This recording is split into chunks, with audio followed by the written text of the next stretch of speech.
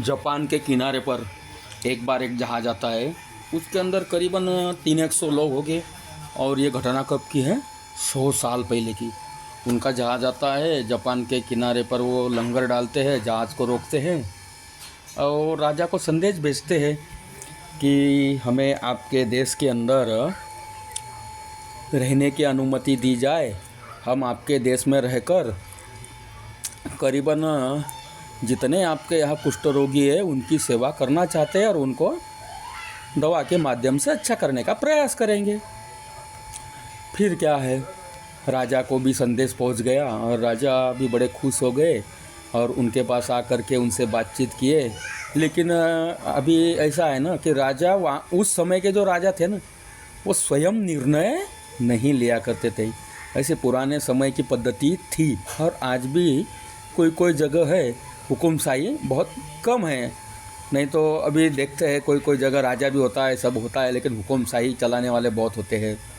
तो वैसा उन्होंने नहीं किया, हुकुम स्वयं नहीं दिया और उन्होंने अपने मंत्रिमंडल को अनुमति मांगने के लिए और मंत्रिमंडल से चर्चा करने के लिए उनको 3 दिन का समय मांगा और उनको बोला कि आप हमारे देश के अंदर रहिए और 3 दिन तक हमारे यहाँ की मेज़बानी आप लीजिए।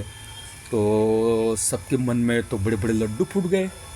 अब वो जो आए थे वो तो उनके मकसद में पास हो गए, ऐसा उनको सबको लग रहा था। फिर राजा ने बोला कि हम 3 दिन में आपको जवाब देते हैं।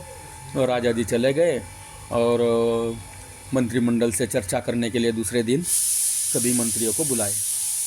उसमें से बहुत सारे मंत्री आए, नहीं आ पाए क्योंकि तुरंत के तुरंत कोई उस समय वाहनों की इतनी व्यवस्था नहीं थी। 100 साल पहले का इतिहास, तो कहीं यहाँ वहाँ गए थे। तो इसके लिए दूसरे दिन उन्होंने संदेश भेजा कि आपका विचार हमारे बहुत सारे मंत्रियों को अच्छा लगा है, लेकिन आप किस धर्म से, किस पंथ से और किस विचारधारा से आए हो, ये ज़रा हमें थोड़ा सा सूचना दीजिए। फिर उन्होंने बताया कि हम क्रिश्चियन धर्म से है और हमारे पादरी है, हमारे फादर है, ब्रदर है, सिस्टर है, सब हमारा परिवार के जैसे हम सब यहाँ आए और हम गम कुष्ठ रोगियों का भी अपने परिवार के जैसा स्वागत करने का प्रयास हम करेंगे और उन्हें अच्छा करेंगे। बाकी कई सारे अफ्रीकी देशों में भी हमने ऐसे कुष्ठ रोगियों को अच्छे किए हैं। तब वो संदेश लेकर राजा का दूत वापस राजा के पास जाता है। दूसरे दिन मंत्रिमंडल में चर्चा होती है।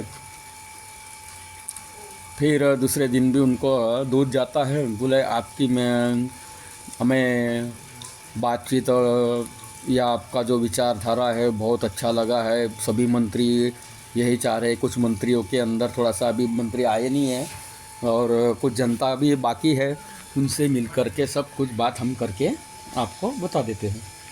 तो अब तीसरे दिन और बैठक होती है।